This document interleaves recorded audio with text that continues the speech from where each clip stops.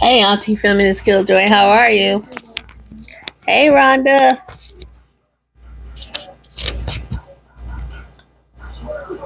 How are you today? Mm.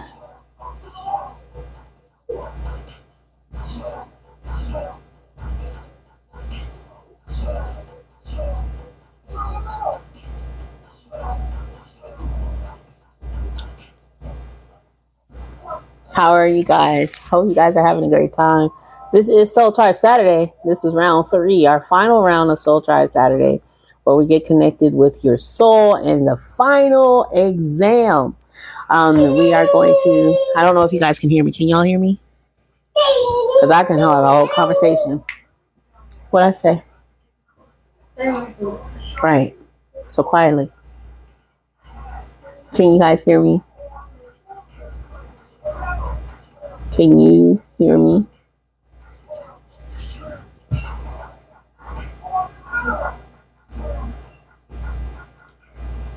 Yes, I hear you. I need to find.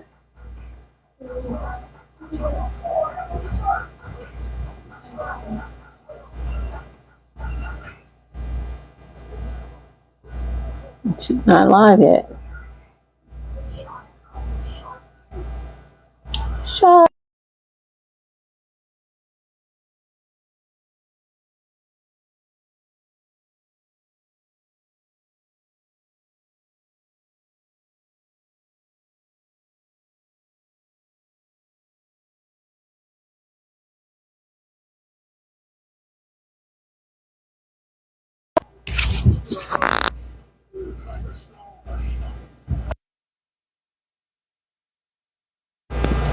Okay, can y'all hear me?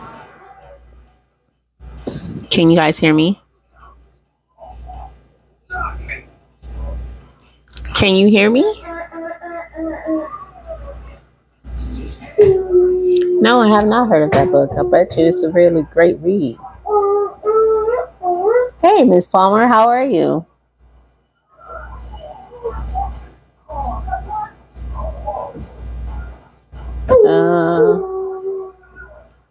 Search Empress.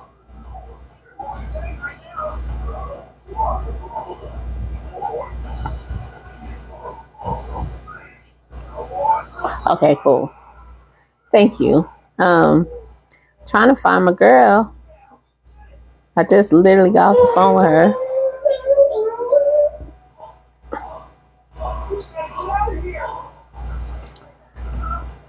I think I might have to read that.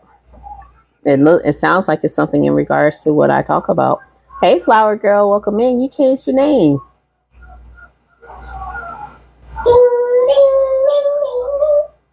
You changed your name, Flower Girl. Welcome in.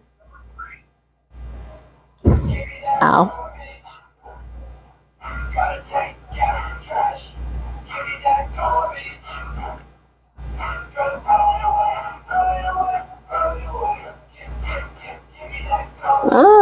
I'm gonna have to check it out. Yeah, I'm gonna have to check it out. Trying to see if I can pick her up. That sounds like a really good book. I'm gonna put it in my notes right now so I don't forget.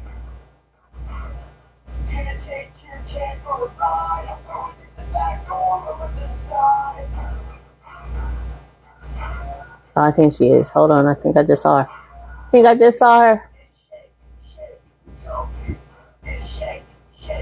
Yes. All right. I get to see your beautiful face this time, not behind your regular screen. Look at you. You know I'm always hiding. Always. Hola, mija. You are always hiding, and I'm glad you're not anymore. Everybody needs to see you. All that beautifulness. How you feeling? I'm feeling okay. How are you? I'm tired. Yeah, you've been on live all night. I saw you last night. Happy belated Valentine's Day officially. Yeah, I seen you. You was up. Yeah, and then I had like maybe 3 hours of sleep because then I woke up. It was my son's birthday today, so I like to birthday. Happy birthday, babe.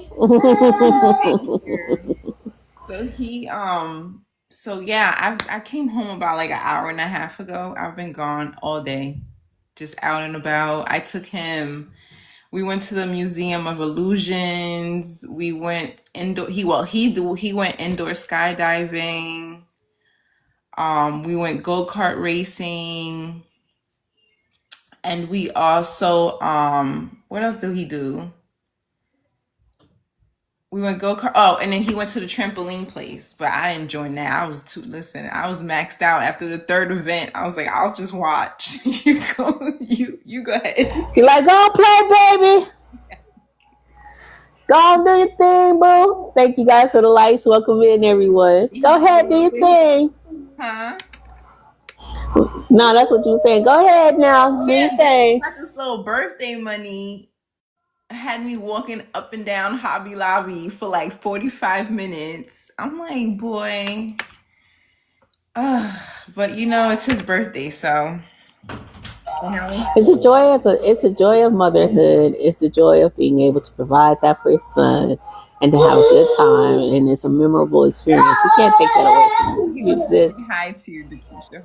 Hey, birthday! Happy birthday to you! Hey, hey! Happy birthday to you! Hey, hey! Happy birthday! Happy birthday! Hey, happy birthday to you! Hey, hey, hey! Yeah, and many more. Channel 4. We love you more. That's Tiny Boss. Tiny Boss? Yeah. Hello. See, everyone says happy birthday in the comments. Thank you, Flower Girl. And Liz and DJ. See the comments? Oh.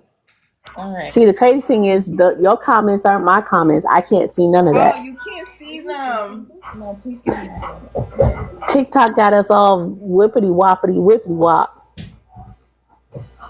splitting the. Okay, these are my view. Okay. I've never those. Huh? I've never done this before. I haven't either, and I'm really upset because I don't understand why I have the host live. I need to have my multi-guest live where everybody is coming on my page. I don't know. I got connected to a what is it? I got connected to an industry. What is that called? Yeah, I'm a part of an industry because I was trying to get a stream key so I can stream all of this on all multiple platforms at the same time. So with TikTok, they don't allow you to get a stream key in a certain space, which is weird. So I have to go through an industry to become I had to go through an agency. I went through an agency, and I don't know if that agency kicked me out of the usage of being able to like add people to my lives. I can't do that. That doesn't work for what I do. Yeah. So we're going to now until you sort it all out. I'm frustrated. Yeah. Huh? I said there's always a solution, so. And I'm gonna try to find my best to find it. Like, y'all need to fix this and fix it quick because this don't work for me. Yeah. Not at all. But how you doing? You look so gorgeous. I don't know if this you radiate, boo. Girl, I got the box still sitting. I ordered this. Wait, you like again, mommy? I see you, boo. Last 2 days, so we'll see. I'll see what it do. I love it.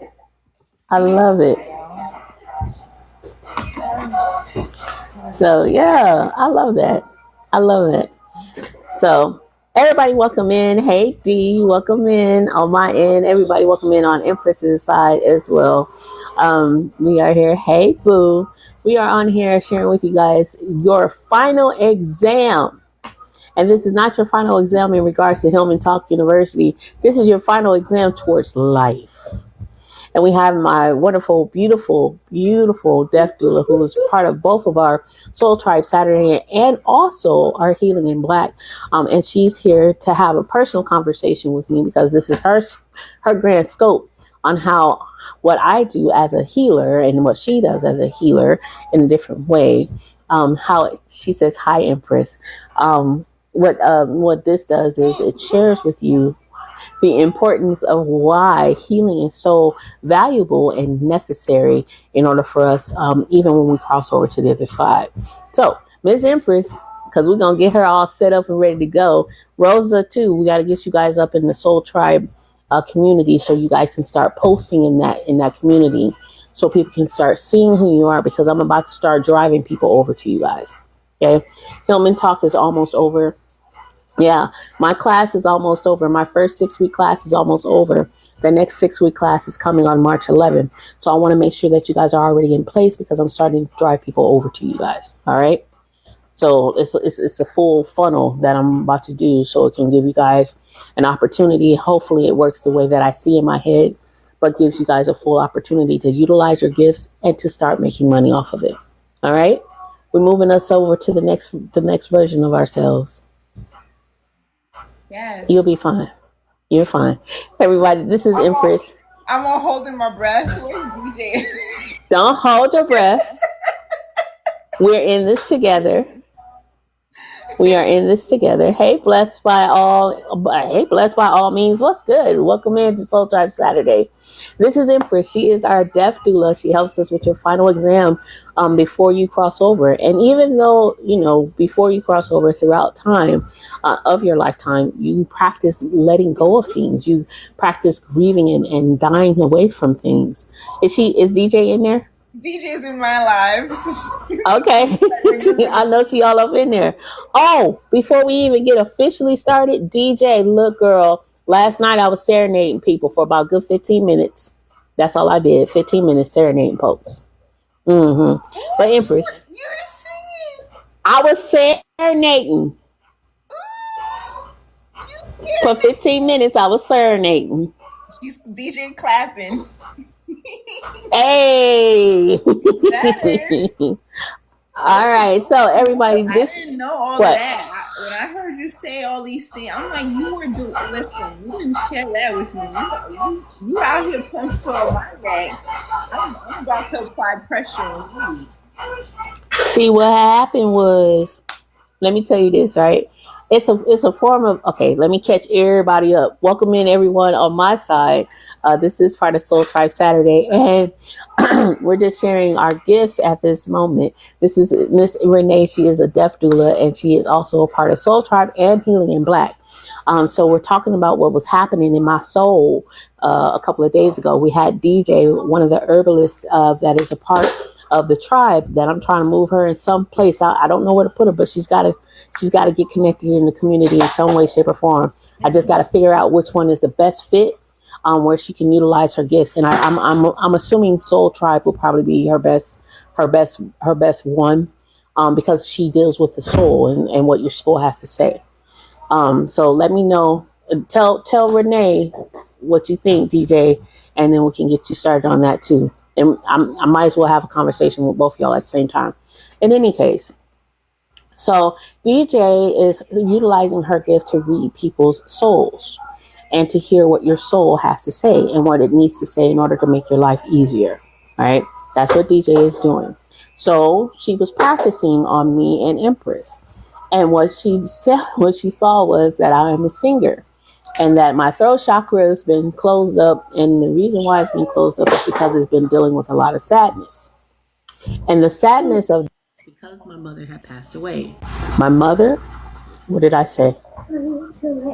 My mother is, I haven't missed everything. You said my thing is mad loud right now.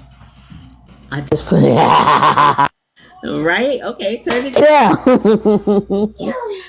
So please stop throwing that. We're doing way too much, little one. I don't know why you're doing it, but you need to stop. Thank you. Oh, you forgot this? Yeah. Here. In any case, so what I was sharing with DJ is that DJ and Renee is that I used to sing with Grammy Award winners. That's just what I used to do. And for me, it's not one of those things that I just feel like I need to just constantly name drop because, that's a phase of my life that happened, that still happens, whenever I open up my mouth at some point in time and I put forth the effort. But I sang with Slide and Family Stone. I sang with the lead guitars for Prince. I sang with the lead guitars for Prince. I sang with Fred Hammond, John P. Key, Kurt Franklin, Donnie McClurkin, Myron Butler, Parliament and Funk, the Temptations. I've sang with a lot of these wonderful people. I sang with the background singer for Barry White, Luther Vandross. It's just a plethora of people that I have sung with. I also was sharing the other day that I started my singing career in Little Rock, Arkansas, with my ex, who was a radio DJ of Power 92.5. And my song played as his theme song for about 3.5, 4 years. And during that time, it was like my embarking part of singing in general. And I've been putting that on the back burner. That was the very gift that my mother gave me. My mother gave me that gift. My mother was the one who harnessed that gift, was like, this is what you need to do, because her overall goal and her dream was to sing too, professionally.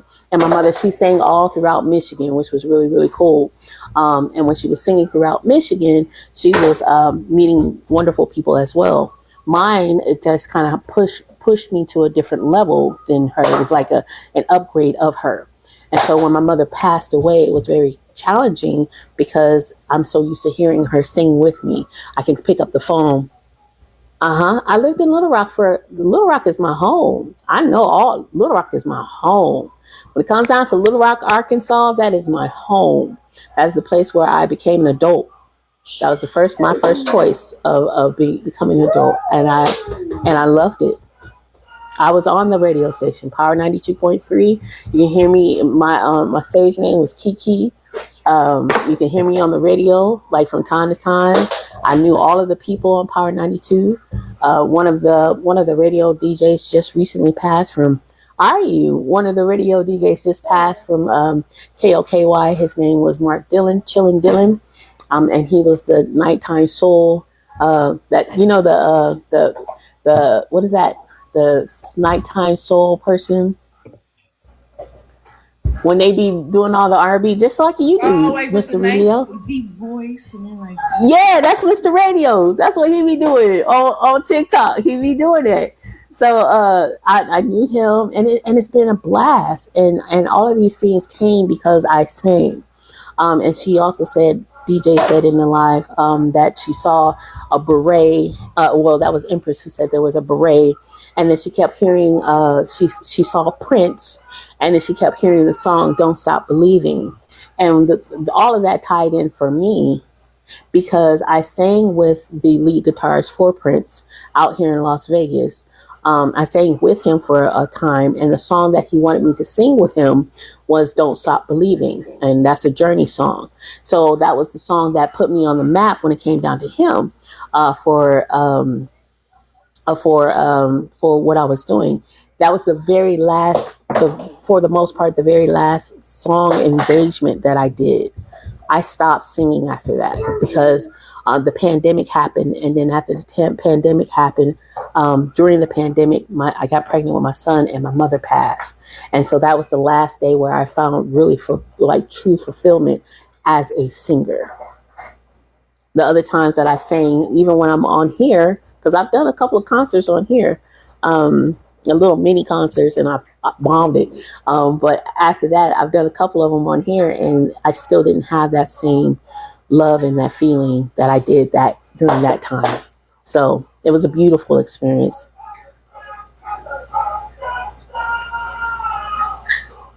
Empress? that's awesome. My comments, I got LT in here and a couple of friends. Hey, y'all. Yeah, this is different. But But the thing is, I did hear you say, just to open up the conversation to start the topic at hand, with your mom, I feel like, a lot of people have similar experiences where, especially if they were super close to their parents or whoever that is that's passed away, especially a mother or a father, the the child tends to stop living, right? And would you say it's almost like, is it like survival guilt? Like what is it exactly for you? For me, it was the end of a chapter. She was the beginning of my book. She was the very beginning of my book. And so she knows me in and out. Nobody else will ever know me like her. Not even my father. Right. Not even my dad. Mm-hmm. Right. And to know that that part of my life, the very beginning of my life, is no longer here, one, as a point of reference, because she's been my soul and confidant. She was my best friend, and I still see her. Y'all don't get it twisted. I still see my mom and we still have conversations, but it's not the same, you know.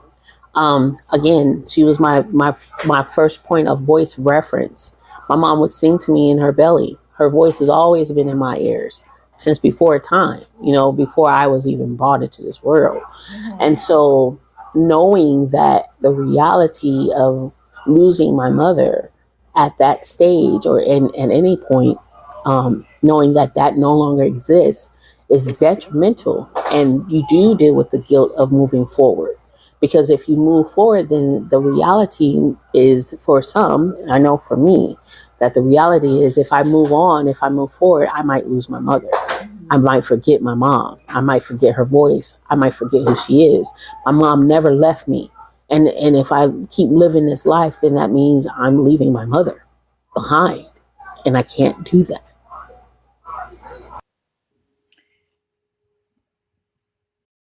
Would you say it's the idea of deny? Would you say that you haven't fully accepted it?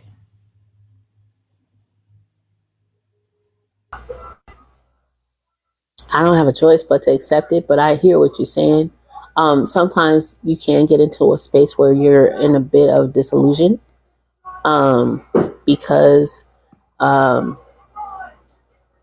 this person has been the makeup of who you are.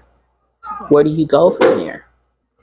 The question that you asked, and the reason why I hesitated just a little bit, is because the first therapist that I had um, pretty much deemed me delusional. She was like, you believe that your mom is here to help you, and your mom actually passed away. So how is your mother here to help you? Why do you lean so much on her spirit when your mother's not here? It wasn't the right therapy. No, we moved on from her. Very quick. And it's challenging when you get into a space like that, because you are so open and vulnerable, and you are seeking assistance in rationalizing and going through the grief process. Like, this woman is telling me to disregard the fact that my mother's spirit still looms around me and still helps me energetically. She's asking me to put that to the side, therefore questioning my whole belief system, which is like, wait a minute, why do I have to constantly prove something to you in order for you to understand that this is who I am and this is what I believe in? Mm-hmm. Right? So, and this is the reason why I'm saying this, is because even though we might go through, even though we may go through to a grieving session, even though we may go through a grieving session, we choose and Solana Geechee Queen. Hey, I love my Geechee people. Welcome in, baby. Even though we go through our own grieving process, we are open. And the thing is, when we go through therapy and choose the therapist in our lives, we have to be very conscious, because we're opening up ourselves to these people. And that's one reason. And I know some of us are therapists, because this is what you do. You're like a soul, a death doula. This is what you do. This is the reason why I want. Told me that I need to. My therapist said, telling people you need therapy. Yeah, because you are, right? You are. And so this is why it's important to have a soul tribe and have you in it in Healing in Black, because death is an issue that many people go through, and it's not just with family members. It truly is about life. And I'm loving that you're asking me all of the questions, because this is people seeing how you act and how you work with us. This is advertisement for you. Is it? No, because I'm asking because I like to jot down a few notes, just things that I want to cover, and I came across, there's 5 stages of grief, right? The first stage of grief is denial. It's the more so, and it's really, and denial is not so much so like you're trying to, like, you don't believe that that has happened. It's more so of your psyche, right? Like because your brain hasn't been able to wrap yourself around the idea that your loved one has passed away. You have to kind of take it in doses, or like in degrees, right? So a lot of times it's more like, I can't believe that happened, more so than you going against it. And then there's anger, right? Then once it's like sunken in that this individual is gone, or even, once again, it's not just people, right? It's things. Because even for myself, it took me a really, really long time to realize that my reality has changed and it's not going back to what it used to be. Because I used to wake up in the morning. I used, for 3 years straight when I lived in Arizona. Sometimes I'll drive and then I'll look around. I'm like, oh my gosh, I can't believe I live in Arizona. Like I live it, like, this is for real. Like, I really live in Arizona, and it just used to, like, there's just this feeling that used to come up for me because I couldn't wrap my head around my reality, especially in the way that it had happened so quickly, and just a huge change overnight. I was in denial, like, right? There was a point where I'm like, oh, there was this thought in the back of my head, like, oh, I'm gonna go home soon. Like, I'm gonna, I'm still on vacation. I'm still on vacation. But because that's how I came out here. I was on vacation in all reality. Like, I came out here on vacation, and then COVID happened. And then that was it. And then my entire life changed. Thank you for joining the team, K2. So yeah, so we go through reality, we go through denial, where we can't even fathom that this has happened. Even if our loved ones were sick, right? It's still like they're really gone. Like, this really has happened. And then we get angry. I was stuck in the anger stage for a really long time. And like I've told you before, I really, really wish that someone had, like, I for some reason, I didn't think that I was grieving. I didn't even know what to attach what I was feeling. Like, I just didn't understand what I was feeling. I was just kind of going through the motion on survival mode, and not really realizing that I was grieving my old life, or like the old version of myself, or even grieving the life that I was anticipating for myself, or the expectations that I had for myself. Right? So I was angry. And that showed up in so many different ways. And then once Got to know, sorry, one of the comments is got to know in order to get through it. What you're saying. sure, yeah, Thank you, Elderwood. you have to be able to identify it.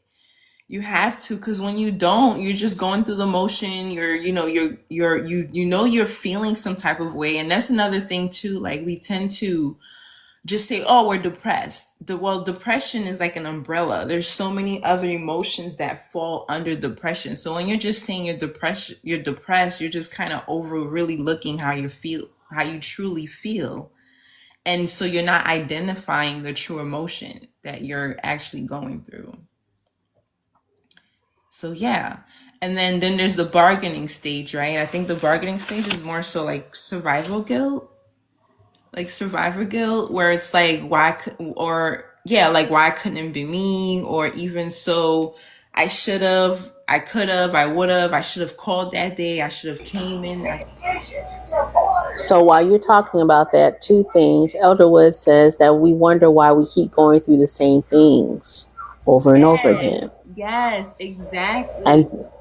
And then what you were talking about just now, that was the number one thing that I was constantly playing in the back of my mind. The guilt of it, hey DJ, the guilt of it was concerning me because it's like my mom died unexpectedly. She passed away in her sleep. She was sick for a time, but I had thought that she would get over it. She thought she would get over it. And knowing that that was constantly playing in the back of my mind, like, I should have called. I should have been home. I just had my son and I was going through depression and my son was like crying throughout the night. I should have took out the time, even though I was exhausted. I should have took out the time. I should have called my cousins. I should have called my brother. I should have called my aunt. It was just so many things. And that put me in a space where I was paralyzed. Keep going. Mm-hmm. Yeah, when all reality is you were going through your own stuff, right? And that's just unfair. That's unfair to you. And it almost feels like punishment. I hear, a lot of times I talk to a lot of people and it's almost as if they punish themselves. Because they feel like they could have done something to prevent it or even to be able to be present. Like you said, you should have been home. In all reality, like you just had a baby, and so once we've gotten through the bargaining stage, we then start to experience depression. You can hear me? Then you go through depression, right? The sadness, the not getting out of bed. A lot of people end up wanting to self-unalive. A lot of times I talk to a lot of people that are willing to self-unalive simply because they're, yeah. You look like and see, in that face. Because real talk, I ain't even gonna lie. I'm here to keep it honest because these are same feelings what she's saying, and this is statistically proven. And this is what people have felt. I ain't even gonna lie. Before my surgery. Okay. Before my surgery, yeah. Even though I was on TikTok and I was trying to be an inspiration, I had let y'all know up front, I'm not doing this for y'all. I'm really doing this for myself. That song, sometimes you have to encourage yourself. Yeah, that was me. Yeah. That was me.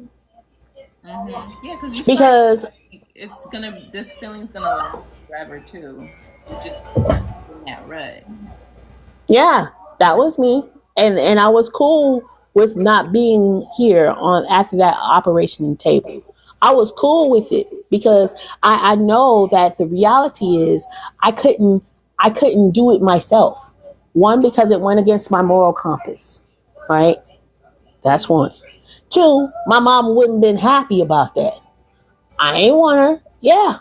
Thank you, I Elder talk Wood. to so many people and I get it. I truly get it. When people are like, well, like you said, like I'm not gonna do it, but if somebody there's what I do for work, but I'm not gonna share too much of that, right?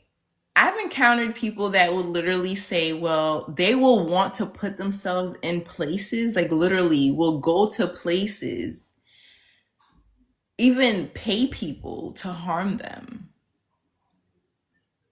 Like they want to put themselves in harm's way. I'm being so transparent with y'all because I know that this journey for me that I went through is going to help someone else out. Because so many people have been afraid to say it. I'ma say it. Yeah. And I'ma say it with my whole chest because this is the goal is to break you free from this, to let you know that you are not alone. I'm saying this with my whole chest. I'm walking out here in Las Vegas, Nevada, lost my car, lost my home, lost everything. And I would purposely question whether or not I should jump in front of a moving car. I'm not even gonna lie. No, those are real feelings. I ain't even gonna lie. Mm-hmm. Many times. Many times. Drop my son off. I'm just saying. I dropped my son off at the daycare My girl is my best, one of the best people that could ever watch my son and love my son with the best intentions. I wouldn't give my son to nobody else but her. She knows that because he's in the best care when he's with her, hands down, no question. So for me, it was like my son is gonna be okay. He'll be better without me. Yeah, I'm not especially even gonna when lie. we I'm not wake even gonna up and fake the funk function. on this. I'm Right. just not. Right. Especially when we can't wake up and function in the way that we want to, right? It's like what use am I? Showers, days, sometimes weeks. I promise y'all, it's bad. And that's not who I am. I need to take a shower every day. You know what I'm saying? Because I like to smell good. But during that time, There's no energy for it, right? didn't have no energy, didn't have the love, didn't have the desire, didn't have the want, didn't want. I was mentally gone. On top of the fact that I was dealing with the fact that my son's father had left me after I found out I was 1 month pregnant with my son. I was dealing with postpartum depression Mm-hmm. at that time. I was just coming out of postpartum depression the very day that I was like, I'm going to pick up my stuff. I'm going to start cleaning my house. I'm going to start doing all of these things. That very day, I had found the energy to finally get myself back to where I needed to be, where I wanted to go. My mom passed away. So in that, I had two deaths that happened. One that happened naturally within my own life. And then the very next day, when I thought that I was coming to myself from dealing with the grief of dealing with being pregnant by myself all alone during COVID, knowing that I had to take care of myself all alone during COVID, taking myself back and forth to the doctor's office, not having a Lamaze class by myself. You know what I'm saying? Like, these are the things that I went through, and these are all stages of death in its own way, shape, and form. Yeah, I was just about to say, I mean, that's gonna be a whole nother live, like for real, like talking about the grieving process once you've had a child, right? Your body doesn't feel like yours anymore. Your life has changed dramatically, right? Like it's cute, when you're pregnant, the belly's there, like everyone's paying attention to you, right? Like people are getting up and giving you this chair. Like it's cute. You get to eat whatever, you get to.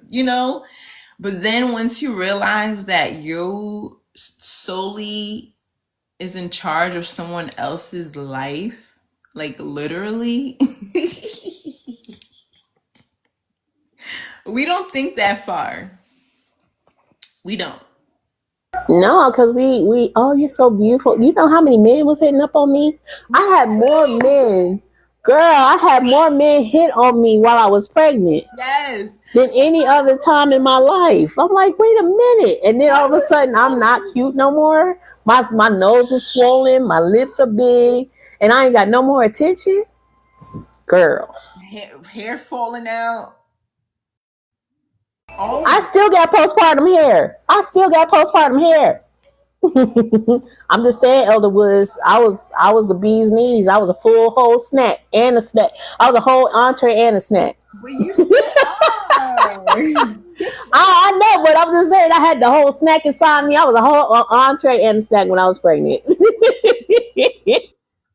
So yeah, that's another huge grief Full combo. moment that women go through that needs to really be talked about. So I'm definitely gonna cover that for We sure gonna do that. We'll do that. because we don't talk about it often. Because I feel like if we do, just like about everything else, right? The more that we talk about it's normal. But I feel like what's normal, what I know to be true, or the things that I know, we can't assume that somebody else know, right? Because we have a lot of these conversations, and you'll hear that people don't know or don't understand, or even go there when it comes to these certain topics. And so I feel like that's what keeps a lot of people cornered and they're scared because they feel like they're the only ones experiencing a lot of these things. I mean, I talk to a lot of people, and sometimes the things that they're sharing, they're like, I feel so lonely. I'm like, girl, what are you talking about? Like, I've been there. Like, I've been there, and I can tell you, and I know 5 people off the top of my head that's experienced the same thing. And they're like, really? And I'm like, yeah. You're not alone in not brushing your teeth for 5 days. Like, you're not alone. That part. You're not alone in that. So, when we're depressed, when Thank you, Elder Woods, for stopping by. when we're depressed, it definitely feels like it's never going to change. It's never going to get better. But I mean, I'm a testament to it. It definitely does get better. But we have, Hold on. And when you lose a loved one and or a parent, I'ma say it does not get better, but you learn to work within it. yeah. But that's the And thing. that is a strength. You have to allow yourself to go through it. I feel like a lot of times people, well, let's not even people, right? We live in a society, because it does not feed the capitalistic world that we live in. Like grievance, like when you what's the word when somebody dies at work in your family, and they give you 2 days. What's 2 days? Bereavement. Yeah, Bereavement. what's 2 days? 2 days? Like, my mama just died and you're only giving me 2 days? Took me 2.5 years and I still have my moments. Right. And we don't live in a culture that even allows you to grieve. It's almost like, okay, well, they're 6 feet under, service is over. But even within your own community, right? It's like they'll when the moment happens, they show up, people are there, and then boom, reality hits, because now everybody's back to work. It's been like, now you're alone. There's no support system in that way. And people just kind of expect you to kind of get up and go and move on. And I think that that's another thing that keeps us stuck, because you're not processing it properly. Because then you feel like something's wrong with you as to why I can't get up in the morning. Like, why can't I eat? Like, what's wrong with me? But you've lost someone. And even in connection to what we know, you're connected to that person. Especially if it's your mother or your father or family, like, you're genetically connected to that individual that is now gone.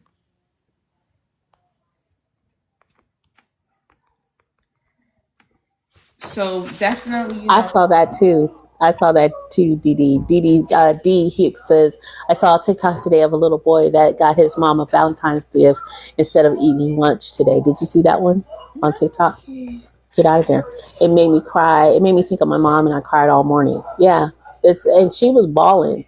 It was the sweetest little thing, because the little boy looked at his mom, and she was like, he bought her the gift, and he was like, I bought this for you. And she's like, you did? And he was like, yeah. And she said, but you didn't even buy your lunch money. He was like, no, mommy, you're too important to me. Like, right?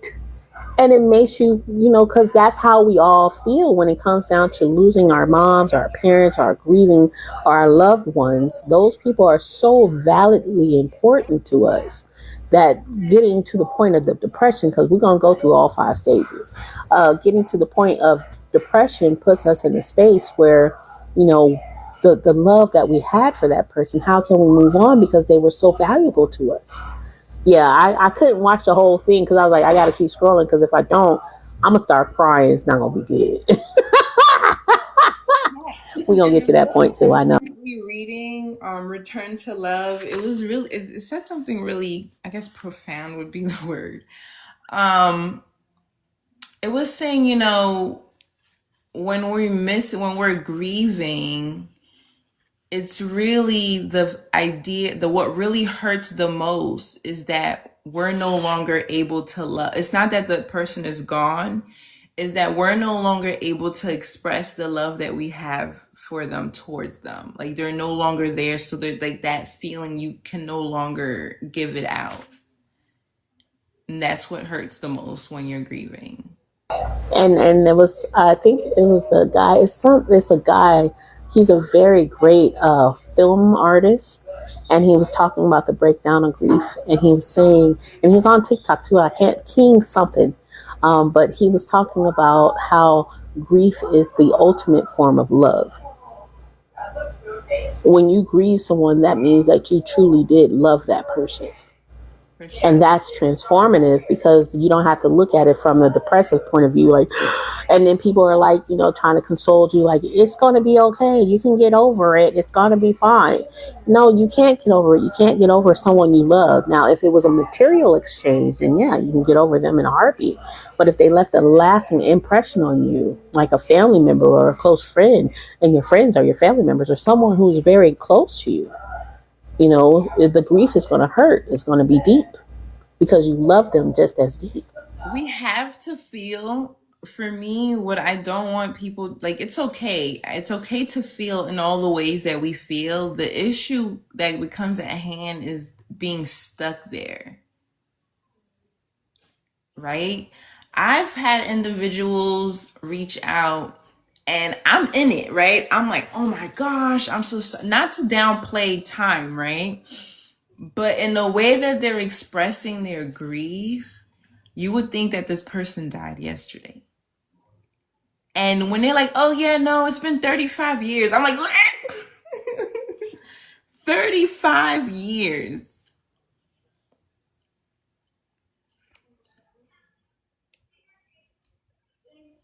I will tell you this. I think it was like within the year of my mom passing away. And I went to the mountains out here in Las Vegas. So, we in the valley. We in the valley.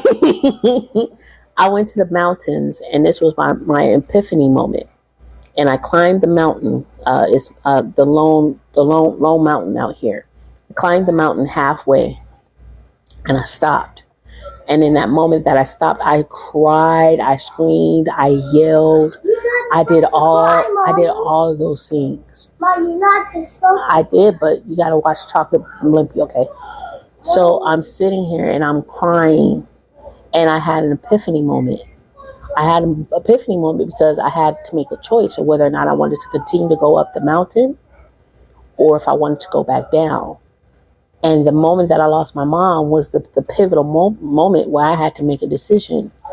What is it that she would want me to do? What is it that I need to do for myself? What is it that I need to do for my son? Because it's easy to make that same cycle, like you're saying, still talking about it 35 years from a hurt place and not from a place where you've evolved. We can wallow in it. And we have every moment to wallow in it. But at some point, we can't let that be our holdback and our setback from preventing us from doing the very thing that we're supposed to do. And this is where the grief process of learning how to let go of things, because I remember this like the very day, like it happened yesterday. My mom looked at me. The last time I saw my mom physically, my mother looked at me and she said, baby, I said, Mama, why you gotta go? I want you to stay. It was Christmas Eve. Her birthday was the very next day. I was like, Mama, you need to stay. What you tripping? You tripping? And she looked at me and she said, baby, you need to start letting go of things and stop holding on to things so tightly. Because when it's time for things to be gone, you're gonna have to let them go. And for me, when she said that, that was kind of like her saying her final goodbye. Yes, hey, preparing you. Yeah, let me know that she's gonna say her final goodbye. That was her saying her final goodbye. I don't know if that was, innately. I don't know if she knew, but her spirit let me know that was her saying goodbye. Thank you, boo. Yeah, and you hear that quite often too, and it kind of makes you question: Do do an individual know when their time is running out? Do they know? What do you? I mean, throughout the times, throughout systems, and throughout stories, some people do, because you start seeing the ancestors come. You know, like Rosa, she's the soul regression. She's gonna tell you, yes. You start seeing your ancestors. Like, the thing that scares me a little bit is like when my family members, because now that I'm tapped in and I see people, although my mom's passing was sudden, I think she knew. Yeah, yeah, same. What, now that I've been talking to people on the other side and hearing them and hearing their stories, because they're telling me their stories, what I am learning is that their spirits already knew, because you start seeing your family members coming by to say hi all of a sudden. You start seeing the ancestors stopping by and saying hi. Your death is prepared by the soul. There is no accidental deaths. Right. People start saying hi to you. You start to get into a panic because you start getting afraid. Like, I have a feeling that one of my family members, or two of my family members, are on the verge of passing away right now.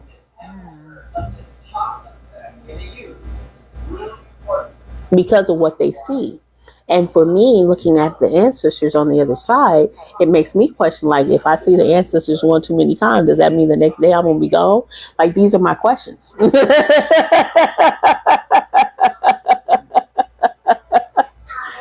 She started doing more family dinners and outings. Yes, because that's their way of saying goodbye. I had one friend, her name is Chrissy Satterfield, dear friend of mine, one of the girls that I grew up with. She was unalived at 16. She was pregnant during that time. And before she left this world, what she did, me and her were the same age. So she was the very first person I lost in this life. And I always bring her up because I promised her that I would share her memory and her legacy. Because me and her had a conversation, and she told me up front, we were like 12 years old. She told me, she was like, I'm going to die early. I'm going to die young. And I was like, no, I'm going to die young. And she's like, no, you're going to live a long life, but I'm going to die young.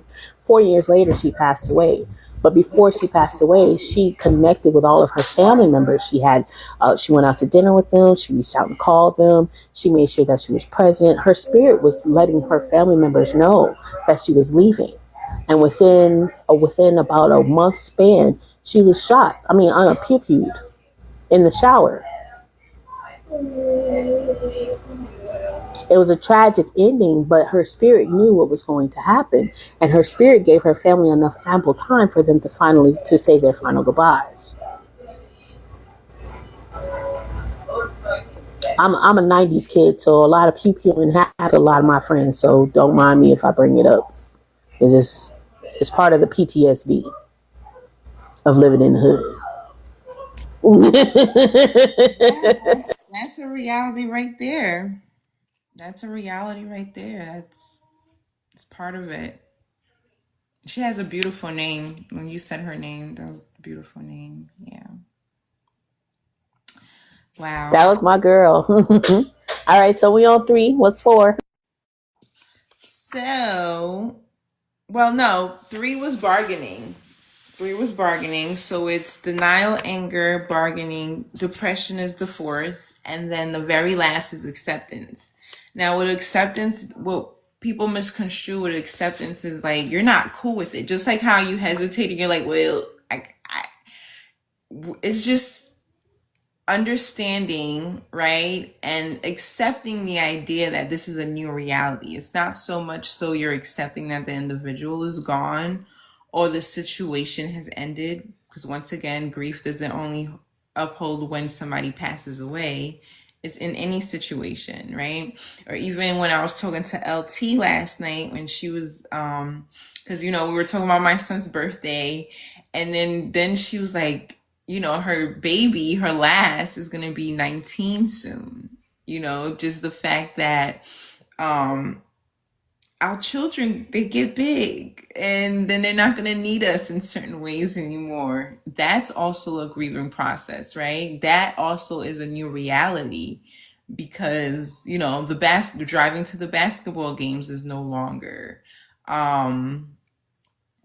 Going to school event like that changes drastically as a parent, especially when it's your last or if it's your only child.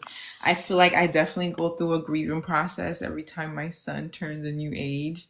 But what I'm really proud of is I'm managing it much differently. right? Like the last couple of, yeah, for the last couple of birthdays, I was like, I did not operate or did not process these emotions the same way that I'm doing now. Um, so I'm definitely grateful for the tools that I've obtained to be able to just make it much easier, make it much palatable, because it's gonna happen again this time next year, and then again and again and again. It's a constant change.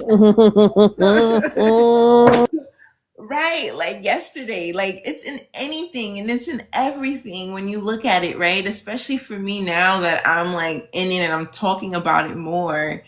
It's in everything. Like yesterday for Valentine's Day, he was like, "Mom, can you bring me to the store? I need to buy roses." And I'm like, I'm thinking he's finna buy me roses. No. He Wait, wait, wait, exactly. I was like, what? wait, wait. You didn't get roses? I didn't get roses. I got candy. I didn't get roses. What? What? No, no. I got the roses he passed. Go get my nephew. Go get my nephew. Nephew. He passed up. He passed me on the roses. You should have seen me when he was picking the roses out. I was all standing there. He was like, "How about this one, Mom? Do you think she'll like this one?" I'm like, "I don't know." I don't even like her. I don't even like her. I was like, "I don't know. I don't know. Pick one. Hurry up." You got me standing here picking out roses. You wouldn't even tell. And it's just so funny. And and it really, like, it hit me like he's growing. He's growing. He has his own perception of the world. Like, it's no longer me telling him, like, he's telling me things. And just that idea, like, it's like my baby's gone, and then that makes me want to be more in the now, right? Like, because I've realized that, because I'm going to continuously go through this grieving process as he ages, it's like, let me be more in the now. Let me celebrate the now, right? Like today he turned 11. I'm like, we out. Like, let's just do the most, because you're only going to turn 11 once. They're only going to turn that once.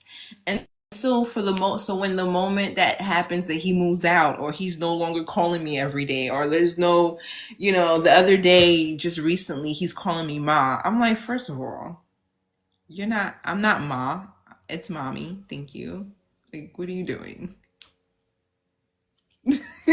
So even the little things, it's like, one day I won't ever hear, mommy won't ever come out of his mouth when he's addressing me. This one, he used to call me, he usually calls me my, like my mom. That's what he calls me. He calls me my. Now he wants to call me mother. What? What? What is going on? Mother? He's like, yes, mother. You're my mother. You're my mother. No, I'm my. That's my name. Your My. mother. Look at him. I'm your mother, mommy. Your mother.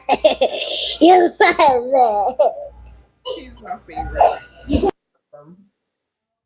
But yeah, so so that's what it is. Like, we need to find ways to celebrate, right? When Christmas came around, and I'm like, tell me your favorite story, like, play her favorite music. Thank you, Kitty, for joining the team. Like, and that's what I tell all my callers. It's like, when they're calling about a call, when they're calling and they're in that grieving, like, it's okay. I hear you. I'm validating it. Like, I'm so sorry that you've experienced this. I'm so sorry that you're feeling like this, but what were they like? Like, like tell me about them. Like tell me a funny story. Like what have they give me a moment, tell me anything. And sometimes they'll come up with a story and by the end of the call we're laughing. Like we're it's like and then it's like, oh well, I didn't think of it that way. Like go and enjoy their favorite food, put on their favorite color, put on their favorite music. You were good about that for me, and that was very helpful because I was trying to find a way where I can get through the sadness of the holidays because it's a double whammy for me. My mom's birthday is on Christmas Day. Mm-hmm. Christmas Day is my mother's birthday. Yeah, that's tough. It's a double whammy. And then on top of that, my son's birthday is in December. That's tough. So I'm trying to celebrate my mom and celebrate My birthday is on 5th now. my son My without. birthday is on 5th now. No, it's not. It's on the 3rd. No, it's on 5th. Oh, Lord. It's going to be on your 5th birthday. It's going to be on 5th. Yeah, it's going to be when your I'm 5th. 5, it's going to be on 5th. Yes, it's going to be your 5th birthday. Uh-huh. So, dealing with my mother. I'm going to be different. I'm going to be different. No, stop trying to change yourself. We're going to stick with the age of 4 right now, okay? Let's stick with the age of 4. So when we're dealing with this, what did I say? Oh, Mother. Get off me. Get off me, Joker. Mother, stop it. What did I say? What did I say? Stop it. Remember, we're working on our listening skills.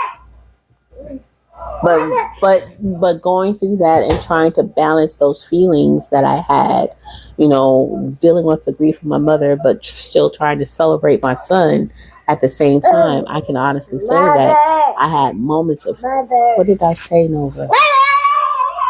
I can honestly say that I had moments of grief where I just broke down. And I didn't want to share that part with my son because I don't want him to see the sadness, and I don't want him to associate Christmas as a time of sadness when it should be the time of joy. Go ahead, because I know you got something to say, Renee. No, but yeah.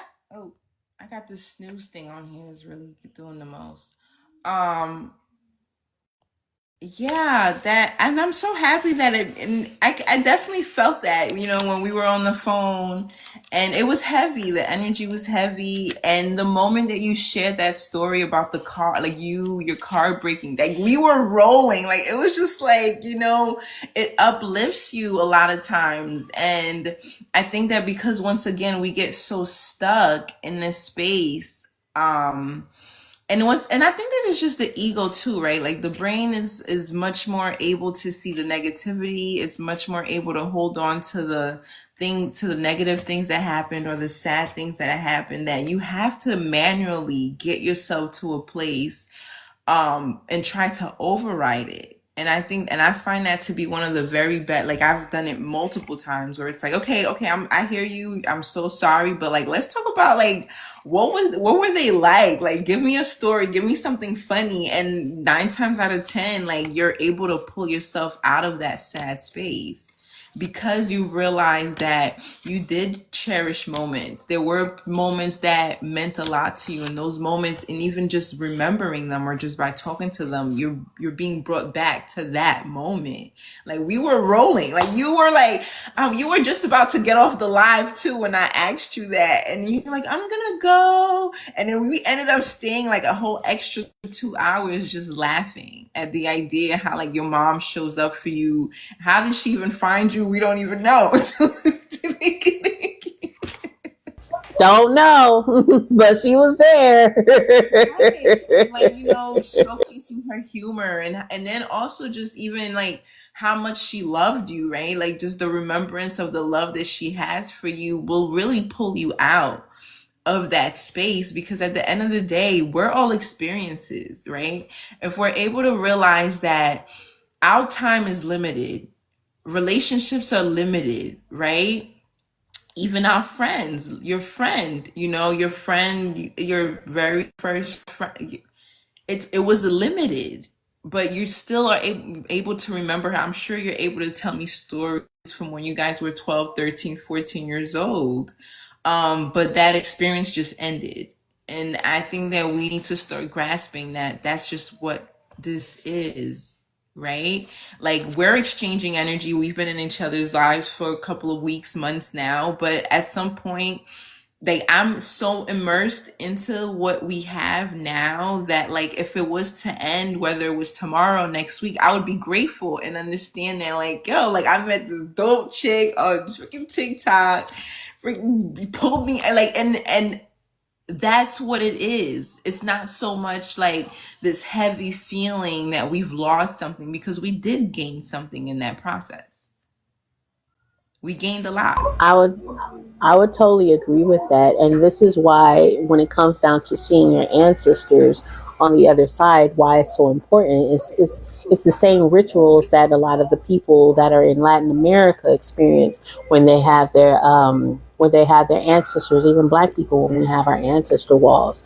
These ancestor walls are there to show us, to remind us of where we came from, to remind us our strength, to remind us the things that are embedded in our DNA, to remind us that we are loved and we are loved greatly. Because especially in this lifetime, especially when that love no longer is showing itself present, you forget that you are once loved. You were once loved and you are loved even still today. Right. And they're Right? the reason why you're here. Like they're the reason why you're here. And they've done that. They've done that. And now that you're here, let's get to work. Let's do your duties. You know what I mean? And not hold on to the idea that you've lost something because you didn't. You literally gained an entire uh, love source. That now this is where I'm doing my little offer, but you gained your entire love source that you can literally tap into, and knowing that those people who once loved you here on this earth are on the other side, loving you even more on the same, with the same intensity, right? Exactly. And understanding that in its whole form is a whole breakthrough, which allows you to be in a position where you can start accepting life and moving on to the next phase of life, whatever that may be. And by allowing yourself to be comfortable with losing a loved one or losing loved ones, plural, because sometimes people get hit back to back where they have lost several family members at the You same hear it time. all the time. Yeah, you hear Comes in threes. When you lose family members like that quickly, or you may find yourself all alone and you're the last one standing. Because there's a lot of people who are the last one standing. It doesn't that mean that breaks you are my truly heart. the last one. Yeah, That it doesn't mean that you're truly the last one standing. right, It right, doesn't mean that. right. It means that you have even more power behind you. And if you're interested, there we go. If you're interested in learning more about that power behind you, go ahead and click on the link in our bio, click on webinar, and you can see all of the outtakes of other people who have gone through this challenge and got connected to their ancestors and now are living their life and having it more abundantly. This webinar is absolutely free. Check the link out in our bio. Gotta do my little segue. Hold on, I had to do my little verification thingy-majigger. No worries. Mine should be popping up soon, but Um, so yeah, so just to cover acceptance, acceptance isn't, I think people get angry sometimes when it's like it's not telling you to get over it. It's not telling you to like push it aside when you feel it. It's and I've come across information that share like, I know for me, my grandmother's passed away. It's been 15 years now. And there's times where I cry, like I'll just miss, like I miss her. It's just a moment, right? A moment in time where you miss her, and and I'll think of something funny, but it also it tells you that they're here. They've come to visit you, right? Like when you are randomly missing someone, or you're randomly just starting to cry, that's because they've come to visit you, and their energy is present. So, we you're definitely thinking of them and they're thinking of you. And exactly they're letting you know that they're there for you. right. They are letting you know that they are there, loving on you, consoling you. Just and that's the power that you have. That's the power of the 62. That's the power of your soul. She said, "Oh yeah, generic Casey. She's like, oh yeah, that's them sharing that they are there for you and Yeah. with you. So when those moments come about, I don't get stuck in it, right? I'm like, oh grandma, I know a lot of us, I don't know too many of us, if you have, I know I have an altar where I keep my grandmother, and when she pops up, I'll make a nice cup of coffee the way that she likes it, dark and sweet. I'll have a shot or two, and then I'll leave the rest out for her. It's just that. It's just that. Because I can't get stuck in the idea that she's no longer here. I can't hold on to the anger that I didn't get to talk to her before she passed, because I had family members that literally got in between that. I can't hold on to that. You know what I mean? It's more so understanding that she's come to visit. These emotions, just like every other emotion, comes through like waves, and I can't hold on to it. And the positive things about even that in that statement, when your grandmother comes to visit, even in this phase, two things: energy never dies. Remember that, y'all. Energy never dies, even though their body and their flesh is no longer here and is given back to the earth, and the DNA still lives within inside of you. That's one, how energy never dies, because their DNA is still a part of you. Okay, their memories are still a part of you. Their feelings are still a part of you. But when they pass over and cross over to the other side, that energy in which that creates our soul, the Holy Spirit, that many will say in the church, or the energy of your soul still is still here and still present. It's just in a different form. Energy, all it does is it transforms. Energy does not die, it transforms. And we're just looking at our family members and the people that loved us and the people we love being transferred in a different form. Right. And for the non-believers, there's science to back this up too. It's not just random heebie-jeebie, us magical people talk. Like, there's science. We will when you out. We talking about God and the ancestors, and those two don't go together, because in the Christian reality, in the Christian faith, we don't talk to our ancestors. We don't talk to the dead, but we still talk to Christ, right? Who is dead? Who died and rose again. Hmm. If he can die and raise again, and that's what we are called to do as people, is to die and raise again, Yeah. why can't we talk to God, Jesus, Christ, Source, Spirit, and our family members in the same mannerism? And He what I came for us to love, have life and to have it more abundantly. the correlate, like for me, I hear a lot of theory. People like, especially on TikTok, obviously, this is the platform where people like to debate their theories and their beliefs and blah, blah, blah, whatever. And people tend to get stuck, right, with this one ideology, which is so detrimental, right?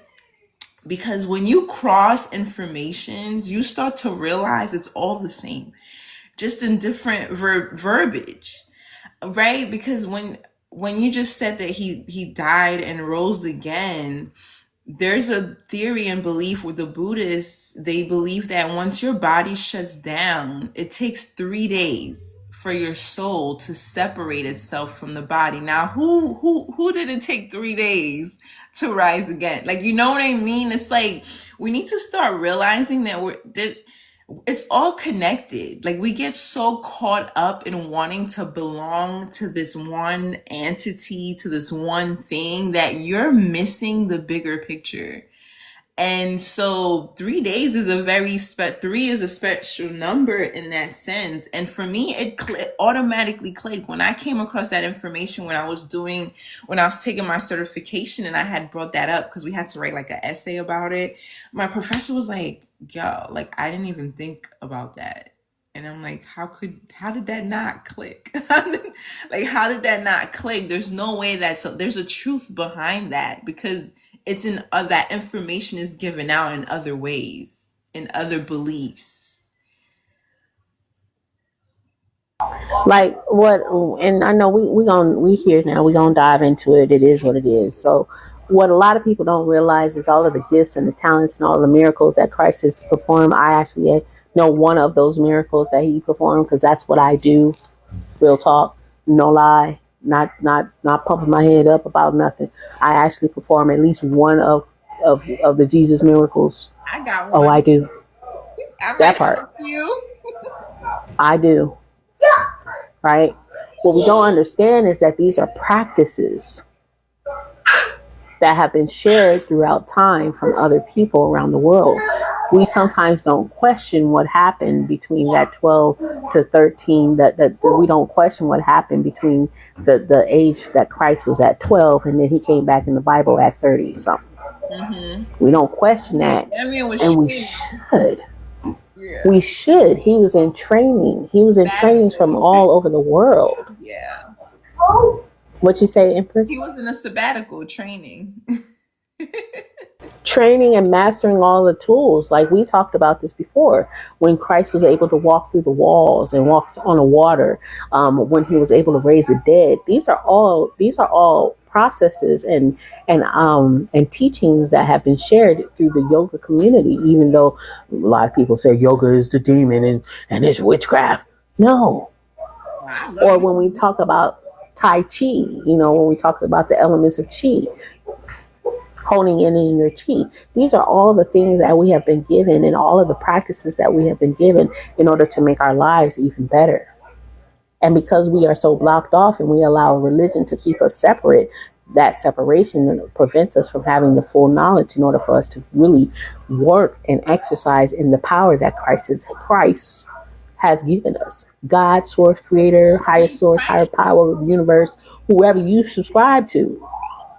We are the examples. We have several examples. We have Buddha. We have Christ himself. These are examples that have been given to us throughout time to let us know the powers that we have within ourselves as individuals, as human beings.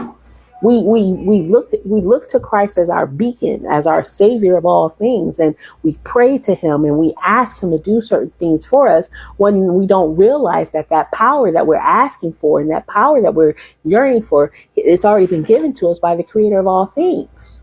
Right, and he was the teacher. He was a teacher. His overall objective was to teach us how to be him and better. Right. In this lifetime. Right. But what we sometimes end up doing is we look at that as like, oh my gosh, he's coming to save me from all of my sins. No, he's coming to teach you how to save yourself and others too, to unlock the door for them so they can do the same in this lifetime. Mm-hmm. Yeah. I ain't gonna preach today. They've got it all misconstrued. And that is the beauty of it, right? That's how I'm able to sit in every room and have any conversation, right?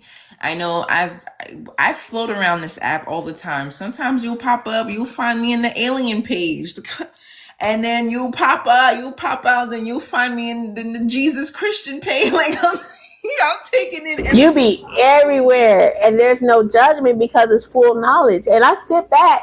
I might not say something all the time. I like supporting it. Like if we in this community together, and I see you on my FYP or you at the top of my little screen that says that you live, I don't care where you at. I'm gonna pop up and be like, "What's up?" Not to check or not to look or not to do none of that.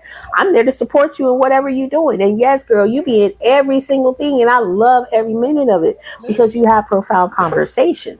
Yeah, and sometimes they're not that profound. Some of them you just having a good time, and that's just what it is. That's the makeup of who we are as humans. We are supposed to have a full balance system. We're not supposed to be all one monolith or one thought. No, you're cheating yourself.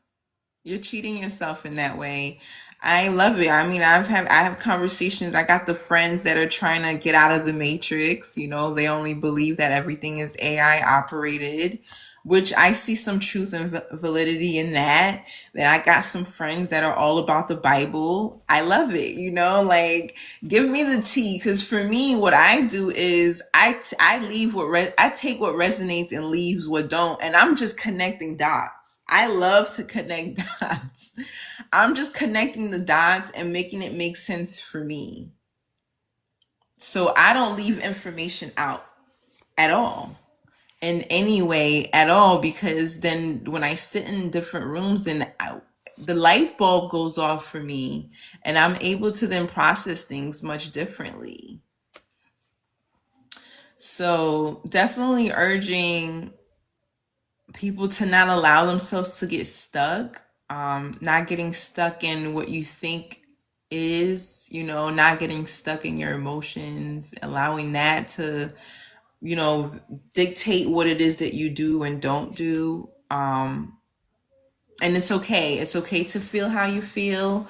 Accepting it doesn't mean that you are trying to override it. It just means that this has happened, but I'm not going to allow it to take my experience away. I mean, it's heartbreaking. I come across this so often. At first I was like, oh, what is your problem? Like, like, what is the deal? Because for me, I'm very disconnected, like, right, in so many ways. But I see it. I can understand why. I told you I drove Uber and Lyft, and I remember one time I met this Native American woman, and we were talking. We get to chatting because I like to talk, and so she was We sharing both with, do. You did. yeah, that's what I do. So she was sharing with me how her husband passed away, and the day of his funeral, she walked out of her home, like literally gave up her entire life and lived on the streets for 15 years. She was homeless on the street, doing rugs, sleeping behind Circle K's, and drinking herself away because her husband passed away and she couldn't wrap her head around it. She wouldn't accept it. She was, instead of going through the process and allowing herself to feel and accepting her new reality, she just completely checked out. And she was just saying, like, I lost 15 years of my life until one day she woke up behind a Circle K. And that is the true power of, like, God, right? Like, when people are like, I don't believe in God, it's like, whatever. And she said one day she just woke up in the, because what she did was she liked to sleep behind, like, Circle K's, because then she would get, like, alcohol and things like that. That's how she would, like, have access to. And she said she just woke up one day and looked around like, what am I doing? Like, she, after 15 years, got herself clean, went to rehab, went through the whole process to the point where, because where I was taking her to work, and she was managing a hotel at that point. And that was within like 3 years of getting clean. And when And see, that's the power of the mind. I love that. yeah, and when she was reflecting on it, you could tell that she was getting choked up. She was like, 15 years. I lost 15. I can't get 15 years back. I lost time with my children. I lost time with my grandkids. That's somebody's lifetime. And That's both of our sons' lifetime combined. right. So it's just, so when she was saying that, that really, that stuck with me. And once there's certain stories that people have that it just sticks with you, like you'll never forget it. And that's just a lesson. Like, you don't punish yourself in that way. And it's so much easier said than done. And I Absolutely. know because, again, for the last 2.5 years, I've been on almost autopilot. Like, honestly, because my main focus for prior to last year, for 2.5 years before last year, my overall focus was to get I was like driven to get my surgery done. And the only reason why I was so driven to do that is because I didn't want to feel anything else. Because if I opened myself up to feel anything else, that would mean that I would have to feel the grief of losing my mother. That would mean that I would have to deal with the grief of losing my home, losing my car, having absolutely nothing. That's heavy. And so Yeah, and so my number one goal was to get the surgery done, because if I can get the surgery done, then all of my other things that I don't want to deal with, that I don't want to face, Yeah, and that also shows I you. can wipe them away. Yeah, and it shows Hmm? in the different ways that people distract themselves, right? It's not always drugs or alcohol. It's all types of things that we do to ignore, what's the word I'm looking for? Avoid. To avoid the true emotions that you're feeling. I was really hyper focused. And so when it came down to my surgery, leading up to my surgery, and this is where the pivotal moment came, because the reality was I was living from house to house. I was a nomad. Me and my son, we were living in the hotels out here in Las Vegas. You know, we were living in the hotels in Las Vegas, not having enough money, because the hotels out here in Las Vegas, they may look cheap on the outside, but you're still paying for the deposit, and you're also paying for the resort fees. So the resort fees aren't even tacked on into the price. We had several hotels that I got for $2, but the resort fee was $50 a day on top of the deposit. That was an additional $50 a day. Right. So all of these things, I was living by the skin of my chinny chin chin, like for real, you know. And when all of these things was happening, I had to. It was a. I always say things happen for you, Yeah. not to you. And for me, the reason why these things were happening for me is because it was forcing me to look at the trauma and the hurt and the pain that I had been carrying for the last 2.5 years. And my hyperfixation was getting the surgery done. But my hyperfixation was trying to avoid dealing with the pain and the hurt and the abandonment feelings that I was dealing with. And mentally, we get there. Yeah, man. I mean, life would do that to you. Like man. Look, I got a story. Like I just not just sharing. Like, and I'm thinking about like all the things that I experienced that even led me to even being in Arizona, and like realizing. I remember the moment that I realized that it is happening for me.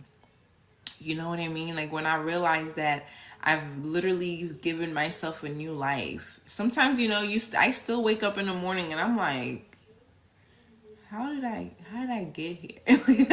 Like how did I get here for real? And it's all Yeah. those things. That's how I got it's all those Avoidance, all of it. avoidance, hyperfixation. You Yes. got another person that's out here in AZ. Hyperfixation, avoidance, neglect, hurt, pain, all of that. If you don't recognize it, and sometimes it's not meant for you to recognize. But I know for certain for me, because I am not an emotional being. I cry. I'll cry. I will cry at a drop of a hat. I will cry. But because of my Virgo ways, I always have to analyze before I can I even don't know. cry. Like these Virgos, man, I don't know. I am logical in thinking. I am sound in thinking. Yeah. But when it comes down to my emotions, What's your moon sign? oh, hold on, let me think. Sun sign is Pisces. No, is it Pisces? No, you're Sun Virgo. sign. Yeah, no, my sun sign. I had to think. Shoot, what is my moon sign? I know it one. My sun sign. No, my moon sign is Pisces. I think. No. Let me double check. Oh yes. Well, you just said you'd cry. That's I think that my is moon sign is. opposite. To be a Virgo's life is extremely Hold on, let me make sure. Let me double check, because I'm a little off on my astrological points of view sometimes. Like people ask me questions, "What's your moon sign?" I don't know. Hold on. all I know right. I'm a But Virgo. we have to get through. We have to get through and figure out how to process these emotions, and also have to process them and recognize them. And I don't think Hold on. we have enough vocabulary to define these emotions. Like I got myself, not myself, I got my son the emotion wheel, like off of Amazon. It's like an emotion chart type of thing, and it kind of tells you what falls under sadness, right? So you're able to define it. Okay, I'm feeling sad, but what is it? What is it that I'm feeling that makes me feel sad, or what is it that I'm feeling that makes me feel depressed? Because you have the main emotions, and then you have subcategories. Almost, it's like the best way to describe it when it comes to your emotions.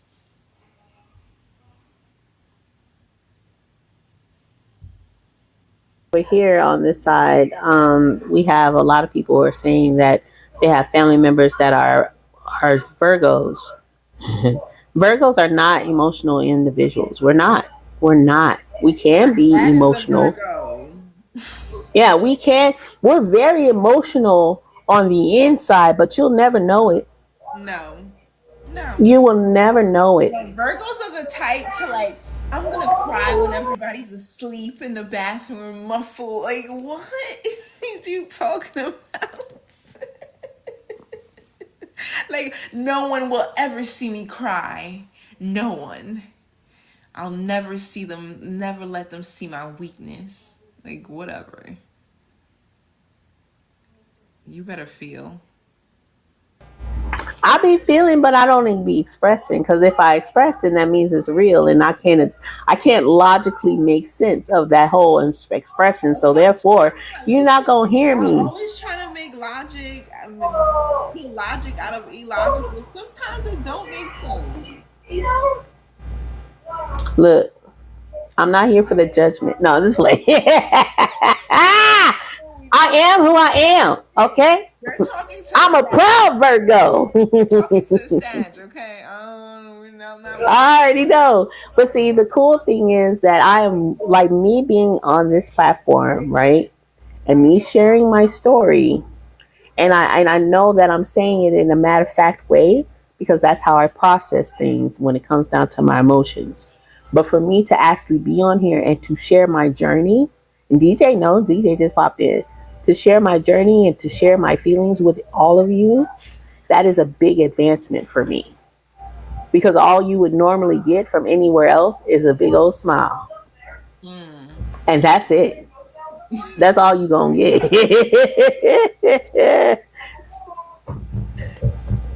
No. So, the 5 stages, I will definitely continue to go over them. I definitely want to paint a better picture, right? But definitely once like having the conversation is always necessary. I like to plant seeds in that way. But we have to allow ourselves to go through these emotions. And the other thing too, growth is not linear, right? And I don't think that grieving isn't linear. Like just because like one day you could wake up and you feel like you're accepting it. Like it's cool. Like it's happened, it's cool. But then tomorrow you might wake up and you don't feel the same way. And you might feel like you've advanced, and I've had an individual be so mad at themselves, and they're like, yo, like I was okay for 3 months. Why am I back to where I thought I've already walked away from? And it's like, that's not how that works. You were okay for 3 months, but now you're back here. Now allow yourself to feel it so you can move on. You don't punish yourself because you're going to be back here again in another 6 months. So what are you going to do? Punish yourself? Go into self-loathing, and then now you're down the rabbit hole of depression. Now you're not showering, you're not brushing your teeth, you're not going outside, and the snowball gets bigger and bigger. DJ says over here, it's so frustrating. It really is because you have to start over again, but it's a continuation. What I've learned from me is that it is a practice for you to grow through it. But I don't think you start over again. Starting over again because what I like to point out to people is, okay, you've been through this. So what is it that pulled you out? If you've been doing okay for the last 3 months, what have you been doing? There's something that you've learned that you can apply to it this time. That's not you starting over again because you've gained some type of a knowledge. Are you acknowledging what you've gained to apply it? I guess, like for me, what I'm saying is that it's you starting the process of expressing your emotions and looking at your emotions and not avoiding your emotions. It's really another test in a sense. It's not even a test, it's like a self reflection. Yeah. Yeah. It's a self reflection. The most. It's just. Is there feedback? No, go ahead. I'm listening to it. Okay. DJ says it's just refeeling the deep sadness. Yeah, but accepting, because you and me, DJ, are Virgos. Feeling that deep sadness, and this is where me and you kind of hit meet, face to face on this. Feeling the deep sadness is not something that we should avoid. And my question to you is this something that you sometimes avoid? The deep sadness, you find something else to do versus like dealing with it or looking at it straight ahead. And so if you can take the moment to go ahead. Exactly. You're pushing it down, you're suppressing it, and that's probably what usually happens. Yeah, you think you were okay for 3 months, you were overworking yourself, you were doing whatever in avoidance, and you're like, oh, I'm cool, I'm fine. You're in like this little makeup bubble, but then once you can only suppress your emotions for so long, and now it's overspilling, and now you're like you said, and I think that's what makes it feel like you're back to square one. And why am I keep attracting? I don't know. Rosa says it's like a building. Sorry, excuse you. No, thank you. No, thank you. In the room.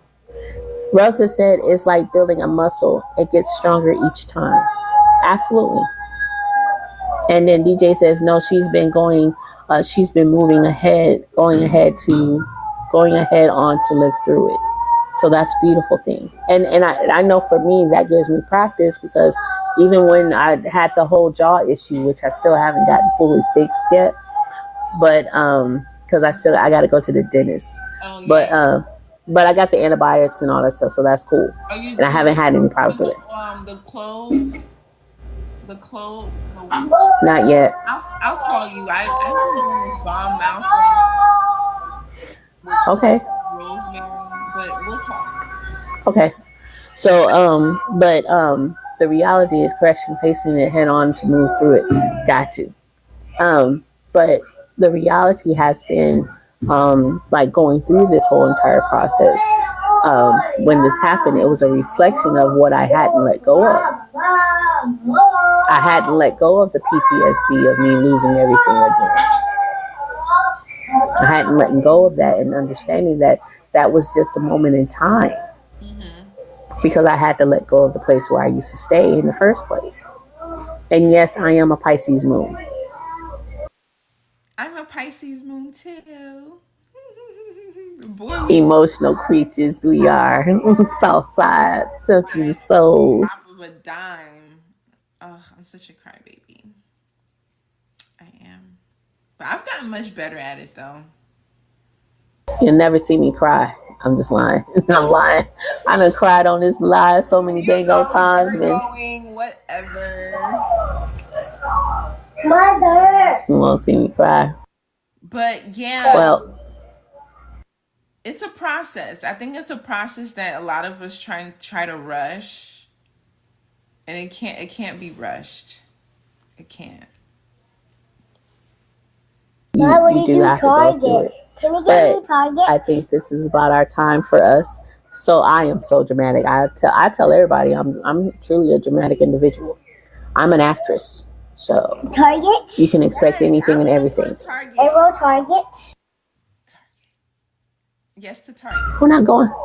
We're not going to Target. Target is on the boycott ban. No, okay. I want to use Target. It's on the boycott ban. Remember that. Nope. It's on the boycott ban. This is like we going to Target. We boycotting Target. Target did some things. Oh, no problem. Thank you for hanging out with us. I know that you had a wonderful long day with your son. We're going to end the live. I want you to share your offer. You guys can see her in the Soul Tribe in a little bit. We're going to get her straight. By probably next week, we're going to get her straight. Where you can find her in the Soul Tribe. And you can connect with her and get to know her and utilize her services and talk to her all the time. But go ahead, Miss Empress Renee, share with us your offer. Well, my offer to us, to the community, is just a safe space to comprehend and understand what grieving is. I am a certified end-of-life doula, and I am also a crisis specialist, and I work in self-unalive prevention.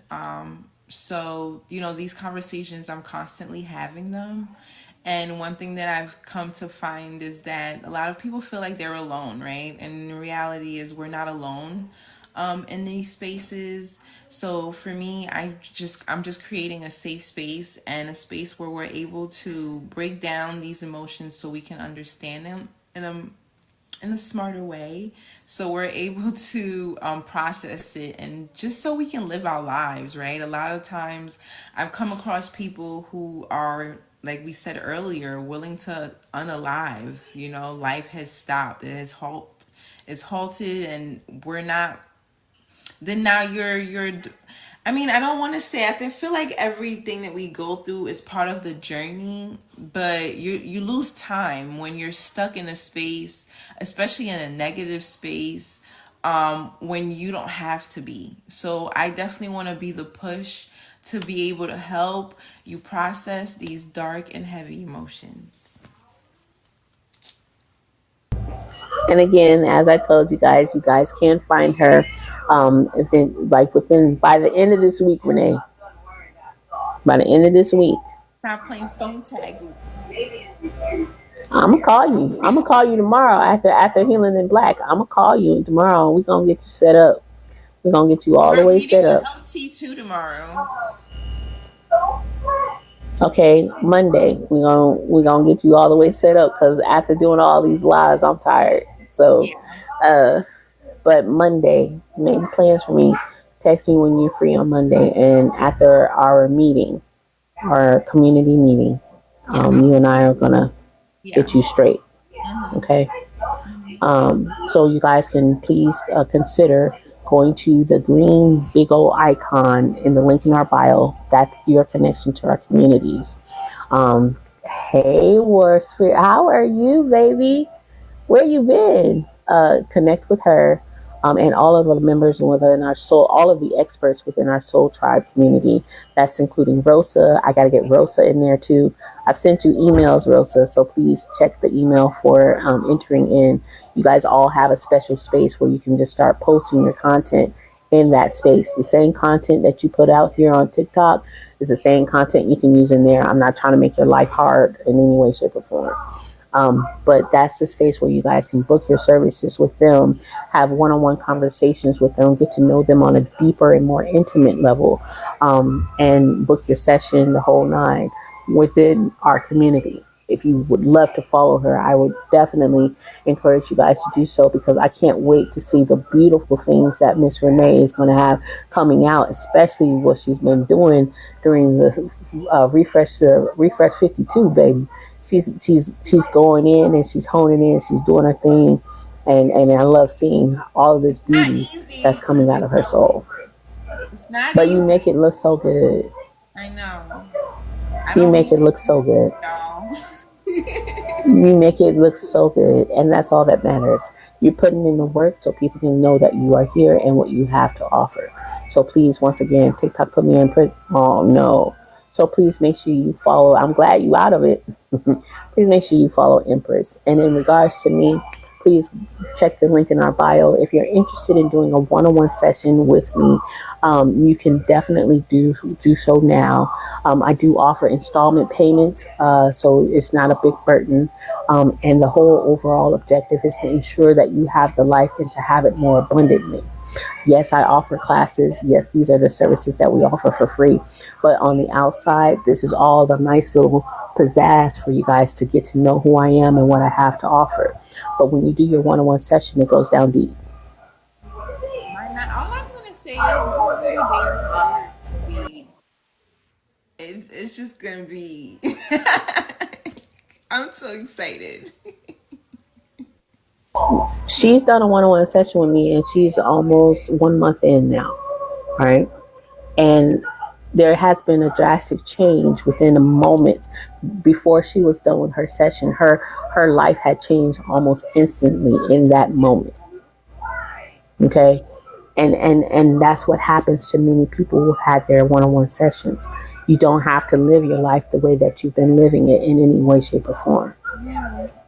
You don't. And I'm here to help you, and in helping you, it helps me to get myself set free as well. This is an energy exchange between the two of us. And if you want that intimate time, please feel free to check out the link in our bio. Click on book a session if you want to book a session. And if you want to get a little bit deeper and you want to dive a little bit deeper and get to know me a little bit better, if you need to vet me, go ahead and click on the free webinar that I have to offer. Yes, and never go back. You will never, you won't have the desire to go back. And I'm not over exaggerating. I promise you, I'm not over exaggerating. You will not have the desire to go back. The desire will be completely removed. My thought Go ahead. patterns change. Like that's the one thing that I noticed within like days. My thought pattern changed drastically. Like the things that I used to ruminate over is no even longer a thing. But I'm not saying that the thoughts don't pop up, because they do pop up. But what I'm not gonna do and what I no longer do is entertain it. Like I like have washed my hands clean of a lot of things, and that's thanks to NaKeesha, honestly, for sure. Thank you. Because the goal is to separate your feelings from those thoughts. And that's what happens. Your feelings are no longer associated to those thoughts. Therefore, those feelings can't rule you, nor can those thoughts. You are desensitized. And you can look at it from a practical state of being. You can look at it from like, oh, I don't need that no more. I'm done with that. I don't need that. Oh my god. Yeah, I and the thought, like I said, the thoughts pop up, especially with my son's birth. Okay, this morning I'm up, tired, sleep deprived. Okay, I'm because it's been tradition since he was 2. His father and I used to stay up at night, decorate, and like so when he wakes up, it's like this grand thing. And one of the things that was really hard for me was to do that, right? Because that was the thing that we did together as parents. And I remember this morning I woke up and as I'm doing it, as I'm putting up the balloons and like the streamers and all that, because I go crazy. I'm so dramatic. The thought, I guess it was, I'm not sure what it was, because I have an inner dialogue. So I'm doing the things, and in my head I would usually say, I can't believe I'm doing, because it was very it was hard for me, right? Like it would leave me in a space of like I wouldn't do anything. Like I'm not saying that these emotions still don't come up, but it's not decapitating. It's not what's the word? Debilitating. It's not And debilitating me. you got someone who says you're a good mother too. Oh, thank you. It's not debilitating me the way that it used to, right? And I remember what I used to always say is, I can't believe I'm doing this by myself. I can't believe I'm doing this by myself. And this morning, I can't believe I'm doing this by myself popped up.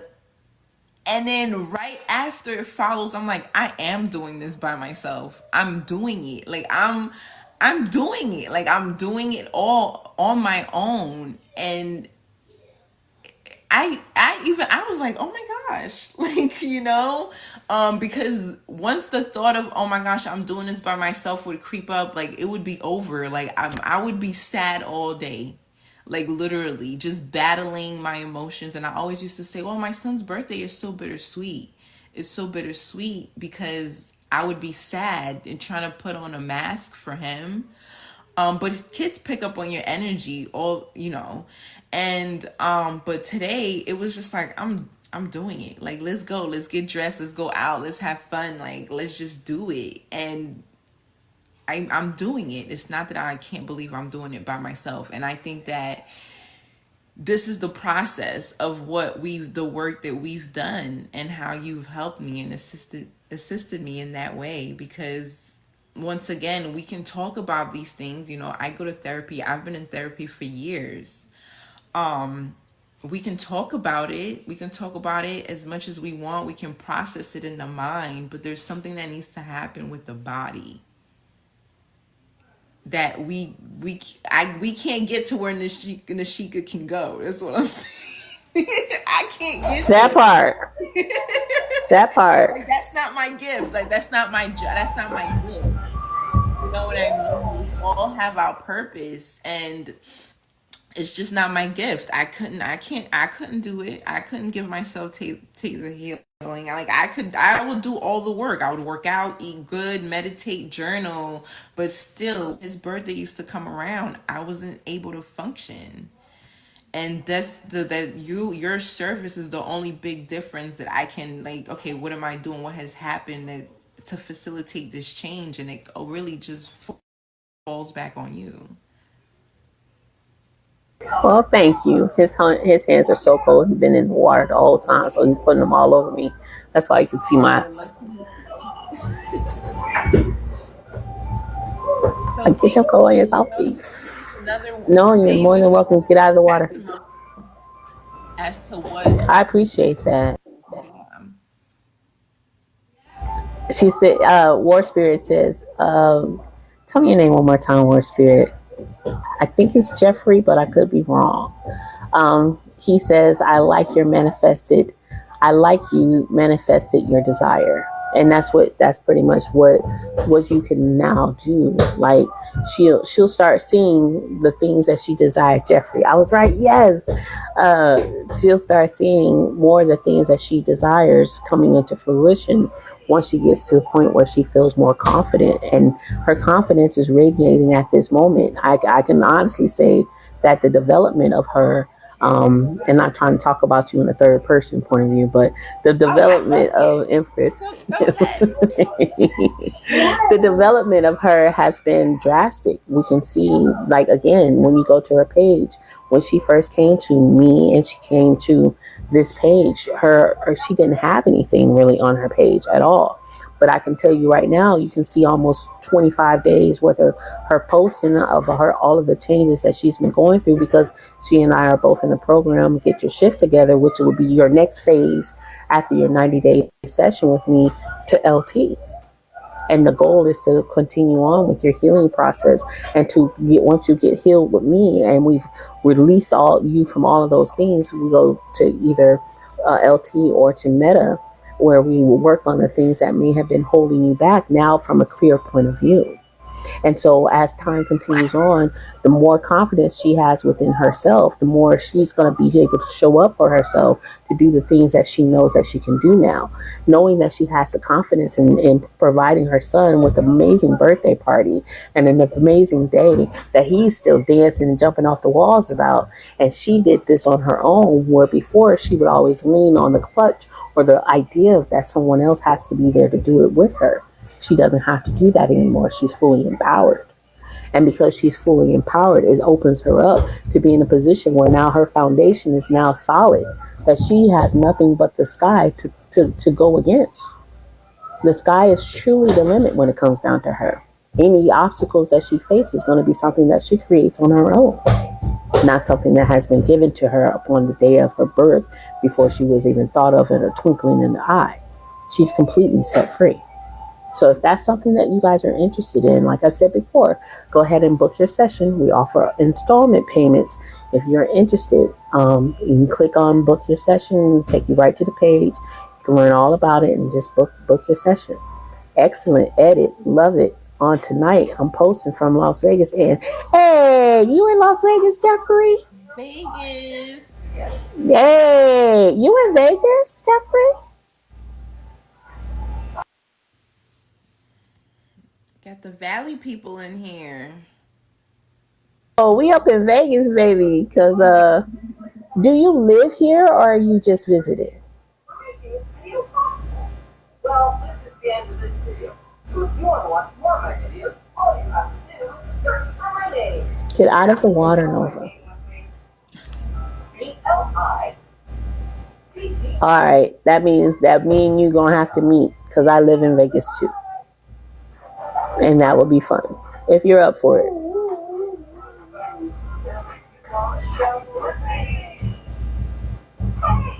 Are you in Vegas or are you in Henderson?